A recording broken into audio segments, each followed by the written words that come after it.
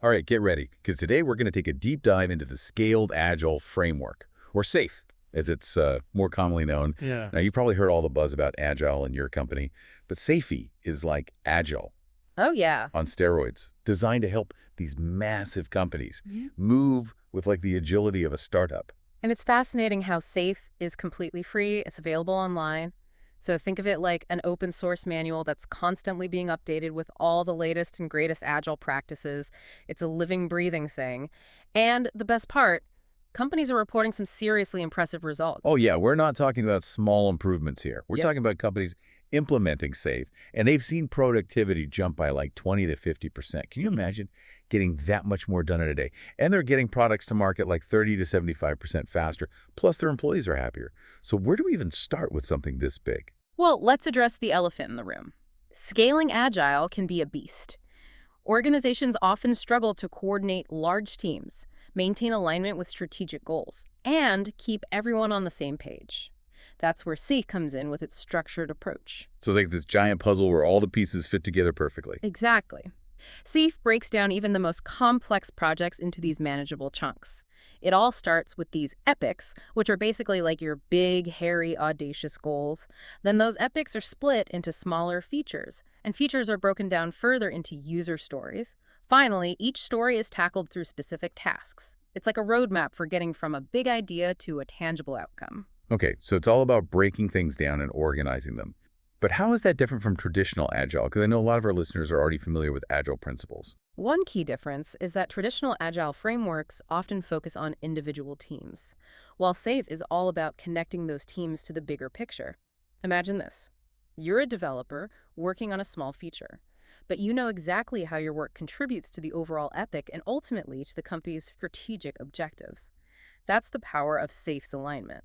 Makes a lot of sense. So no more working in silos and wondering how your piece fits into the larger puzzle. Exactly. And because SAFe was designed with large organizations in mind, it provides a level of structure and guidance that traditional agile methods might lack. Plus, with SAFe's focus on continuous improvement and its regular updates, it's always evolving to meet the ever-changing demands of the business world.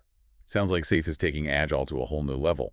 But let's talk about those core values we mentioned earlier. I know we threw out words like alignment and transparency. What do those actually mean in practice? Well, alignment is all about ensuring everyone is rowing in the same direction. Think of it like this.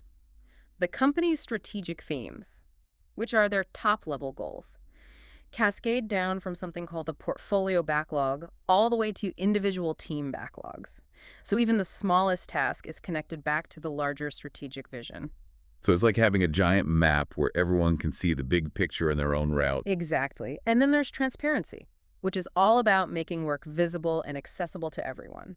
SAFe uses these things called Kanban boards to visually represent the flow of work at every level, so you can see what other teams are working on, identify potential bottlenecks, and track progress in real time. That sounds like a dream come true for anyone who's ever felt lost in a sea of spreadsheets and status reports. It seems like a really powerful way to keep everyone in the loop. It is, and it leads to better communication, faster decision-making, and a greater sense of shared ownership. But having all the right tools and processes doesn't automatically guarantee success, right? Right. So how does SAFe address the people side of the equation? That's where program execution comes in, which emphasizes the importance of actually getting things done. SAFe provides the framework, but it's up to the teams to execute, collaborate, and deliver value. This is where those lean agile leaders we mentioned come into play. They're not just managers, they're mentors, coaches, and champions of the agile mindset. Okay, I'm really interested in these lean agile leaders. They sound like a different breed. What sets them apart from the traditional manager? Think of them as servant leaders who empower their teams to self-organize, make decisions, and take ownership of their work. They foster a culture of continuous improvement where learning and adaptation are encouraged. And everyone has a voice. It's about creating an environment where teams can thrive and deliver their best work. That's a really refreshing perspective on leadership. And this whole lean agile mindset sounds like a key ingredient in SAFe's success. It's not just about following a set of rules, it's about embracing a new way of thinking, right? Exactly. The lean agile mindset emphasizes things like focusing on customer value, delivering value incrementally, embracing change, and constantly striving for improvement. It's a philosophy that permeates all levels of SAFe. I'm guessing this mindset is reflected in some of the key Agile documents like the Safe House of Lean and the Agile Manifesto. You got it. The Safe House of Lean visually represents the key principles of SAFe, highlighting the importance of things like respect for people and culture, flow, innovation, and relentless improvement. And the Agile Manifesto, which is the foundation of all Agile methodologies, prioritizes individuals and interactions over processes and tools, working software over comprehensive documentation, customer collaboration over contract negotiation, and responding to change over following a plan. So it's not about blindly following a rigid set of rules. It's about adapting and evolving as you go. That makes a lot of sense. So we've got the breakdown of work, the focus on alignment and transparency, the importance of leadership and the Agile mindset. Now let's zoom in on the different levels of safety. You mentioned there are different versions, right? Yes, there are different configurations of SAFe to suit different organizations. SAFe 3.0 and 4.0 are the most common versions. And within those versions, there are different levels of implementation. Smaller organizations might start with a simpler structure, while larger organizations might need a more comprehensive approach. It's all about finding the right fit. Okay, so it's not a one-size-fits-all solution. That's good to know. But let's start with the basics. What does a typical sprint look like in SAFe?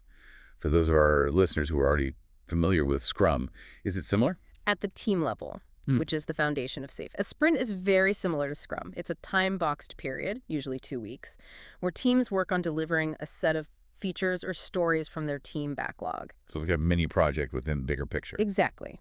And just like in Scrum, there are key events that happen during a sprint, such as sprint planning, where the team decides what to work on, daily stand-ups to keep everyone in sync, and the sprint review, where they demonstrate their work and gather feedback. So it's that familiar rhythm of plan, do, check, adjust, but within the context of the larger SAFe framework. Precisely. And it's at the program level where things start to get really interesting. This is where multiple teams come together to form what's called an Agile Release Train, or RT for short.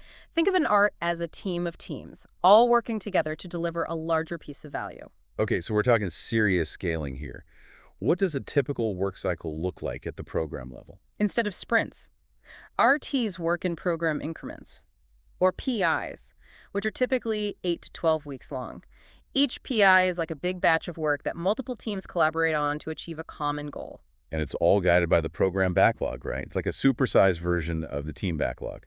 Containing all the features and epics, the RT is responsible for delivering during the PI. That's right. And a crucial part of the program level is the Agile Release Train Engineer, or RTE, who acts as a facilitator, coach, and servant leader for the entire RT. Wow. The RTE sounds like a very demanding role, like a conductor keeping an entire orchestra in sync. It definitely is.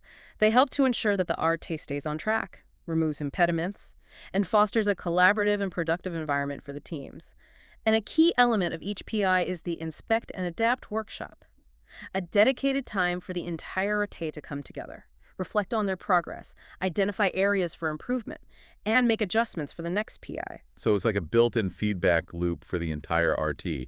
That sounds crucial for maintaining agility and ensuring they're always moving in the right direction. Absolutely. It's all about continuous learning and improvement, which is a core principle of the Lean Agile mindset. And then we reach the top level, the portfolio level, where strategic decisions are made and funding is allocated.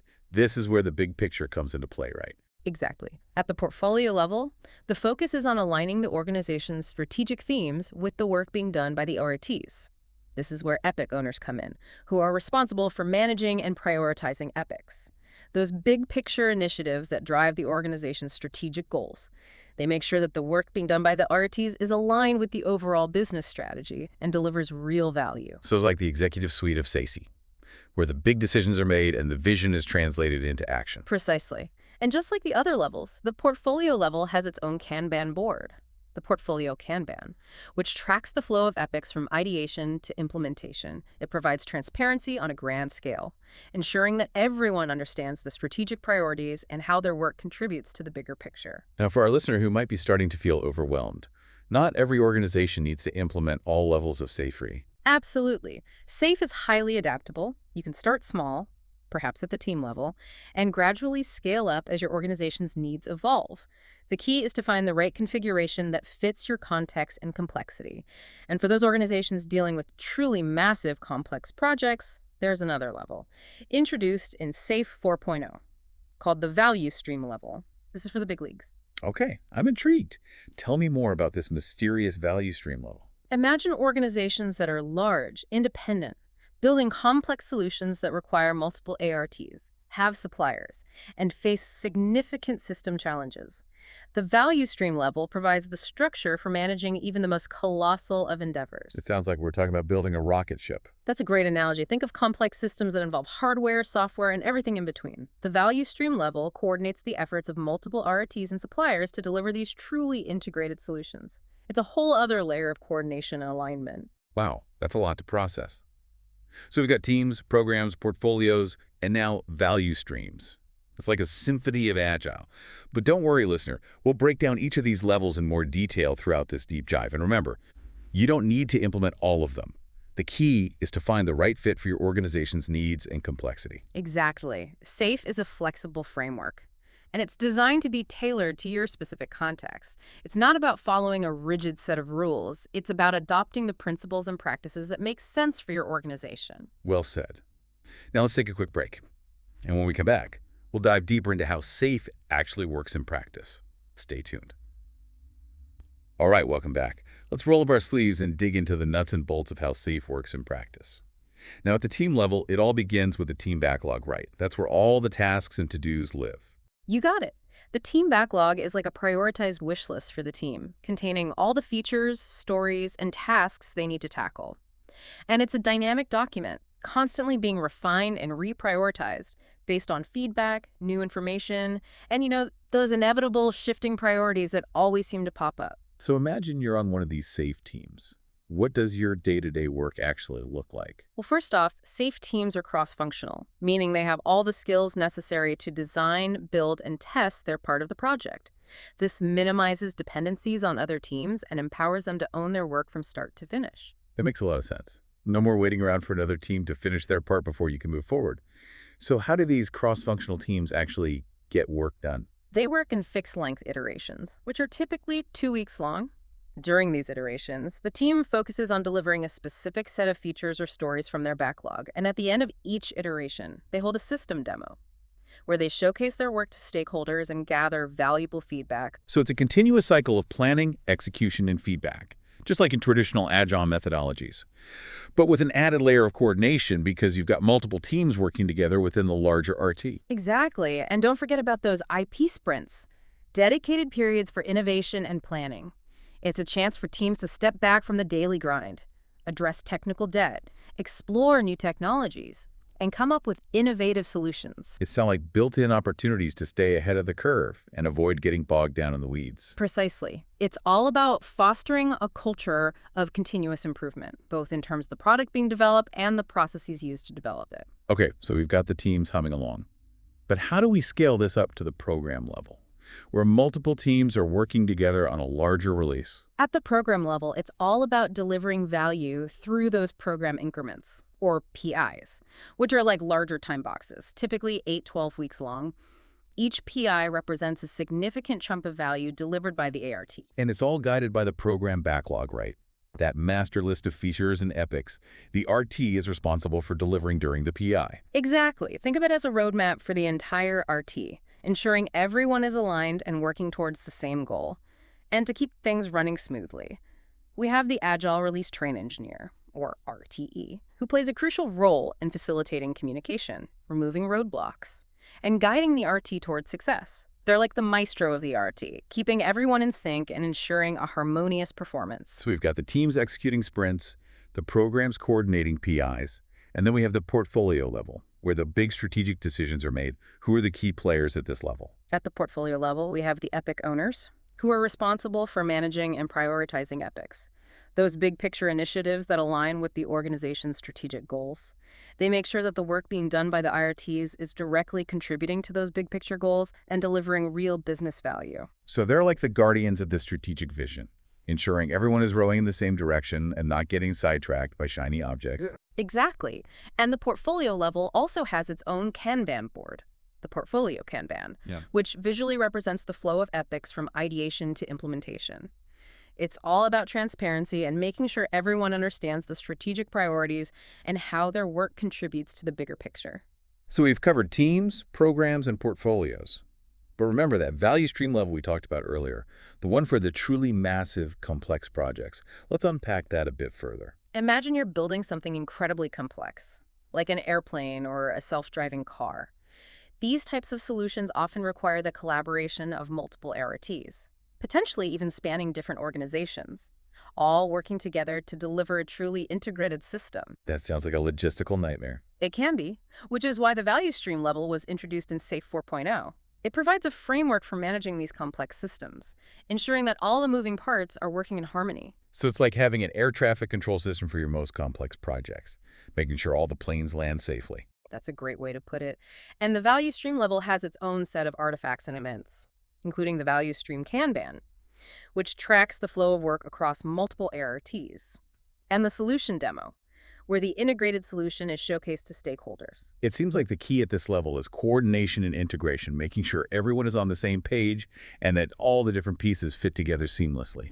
Exactly. And one thing that sets the value stream level apart is the inclusion of an economic framework, which focuses on assessing the economic viability of the solution being developed. It's not just about building something cool, it's about building something that makes sense from a business perspective and delivers real value. So it's about aligning technology with business goals and making sure that the investment is worthwhile. Precisely. And this focus on value is a core theme throughout SAFe. It's not just about doing Agile for the sake of it. It's about aligning Agile practices with the overall business strategy and delivering tangible results. Okay, we've talked a lot about the structure and processes of SAFe, but let's circle back to the people who make it all work. We've mentioned lean agile leaders, but what exactly does it mean to have a lean agile mindset? It sounds like more of a philosophy than a job title. You're absolutely right. The lean agile mindset is a way of thinking and approaching work that emphasizes customer value, continuous improvement, embracing change, and empowering individuals and teams. So it's about being adaptable, responsive, and always striving to learn and grow. Exactly. And this mindset is beautifully illustrated in the SAFe House of Lean, which visually represents the key principles that underpin SAFe. Can you remind our listener what those key principles are? Of course. The SAFe House of Lean highlights the importance of respect for people and culture, relentless improvement, flow, innovation, and a focus on delivering value. It's a reminder that SAFe is not just about processes and tools. It's about creating a culture where people can thrive and deliver their best work. And this focus on people and values is also reflected in the Agile Manifesto, right? That foundational document for all Agile methodologies. Absolutely. The Agile Manifesto prioritizes individuals and interactions over processes and tools, working software over comprehensive documentation, customer collaboration over contract negotiation, and responding to change over following a plan. So it's about being adaptable, collaborative, and customer-focused. Sounds like a recipe for success in today's fast-paced business environment. It certainly is, and these principles are at the very heart of SAFe, guiding everything from how teams are structured to how decisions are made. Okay. I think our listener is starting to get a good grasp on the fundamentals of SAFe, but there's one crucial piece we haven't discussed yet. Something that's often overlooked when talking about SAFe, the role of DevOps. Yes. DevOps is absolutely essential for realizing the full potential of SAFe. It provides the technical foundation for continuous delivery, rapid feedback loops, and a seamless flow of value from idea to production. Now, for our listeners who might not be familiar with DevOps, can you explain what it's all about? Think of it as a culture and a set of practices that bridge the gap between development and operations teams, breaking down those traditional silos and fostering a more collaborative and integrated approach to software delivery. So it's not just about automating tasks. It's about a mindset shift that emphasizes collaboration, communication, and continuous improvement. Exactly. And DevOps is tightly integrated into the SAFe framework. At the team level, you'll see teams embracing practices like continuous integration and continuous delivery, which automate the process of building, testing, and deploying software, allowing them to release new features quickly and frequently. That sounds like a dream come true for anyone who's ever been stuck in a long, drawn-out release cycle. And how does DevOps play out at the program level? At the program level, DevOps ensures that the IRTs have the infrastructure, tools, and support they need to deliver value consistently. This includes things like automated testing, infrastructure as code, and real-time monitoring. So it's about providing the technical foundation for the IRTs to operate at their full potential. Precisely. And at the portfolio level, DevOps is all about ensuring that the organization's technology strategy is aligned with its business goals. So we're talking about investing in the right tools and technologies, fostering a culture of innovation, and providing the necessary training and support for teams to adopt DevOps practices. You got it.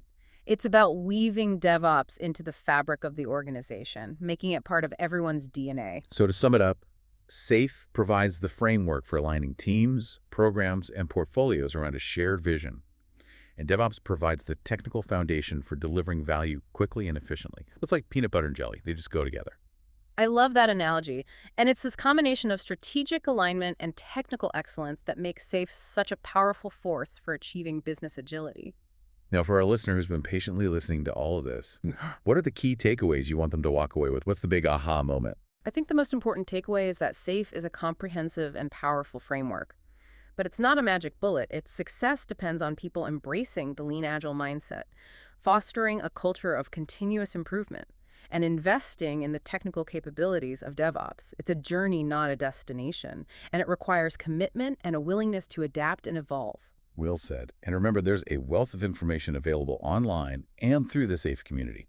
Don't be afraid to reach out, connect with other practitioners, and learn from their experiences. Exactly. The SAFE community is incredibly supportive and welcoming, so don't hesitate to tap into that collective wisdom. All right, we've covered a lot of ground in this episode. From the foundational principles of SAFE to the practical application of DevOps, we've explored the key elements that make this framework so effective for scaling Agile. So listener, if you're ready to take the plunge and really explore SAFE further, where would you even begin? Seems like a lot to learn. Yeah, you're right. There's a ton of resources out there. But I wouldn't get bogged down trying to absorb everything at once. A good starting point is the official SAFE website. They have tons of free articles, videos, even a knowledge base. That explains all the concepts in detail. So you can kind of create your own learning path based on your specific needs and interests. Exactly. And there are also certified training programs available if you want to go deeper and maybe even become a SAFE practitioner. Now, you mentioned the SAFE community earlier. What's that all about? Oh, the SAFE community is amazing. It's this huge network of practitioners, coaches, and trainers who are passionate about sharing their knowledge and experiences. There are online forums, meetups, even conferences where you can connect with others, ask questions, and learn from people who have actually been there and done that. That sounds like a great way to avoid feeling isolated on your SAFE journey. It's always helpful to have a community to lean on and learn from. Absolutely. And I think one of the best things about SAFE is that it's constantly evolving. The framework is regularly updated based on feedback from the community and the latest trends in the Agile world. So it's not a static set of rules. It's a living, breathing system that's constantly adapting to the changing needs of organizations. Precisely. And that's what makes it so powerful. It's a framework that can grow and evolve along with your organization. I know we've thrown a lot of information your way in this deep dive, but if there's one key takeaway I want you to remember, it's this. SAFE is a journey, not a destination. It's not about achieving some kind of perfect agile utopia.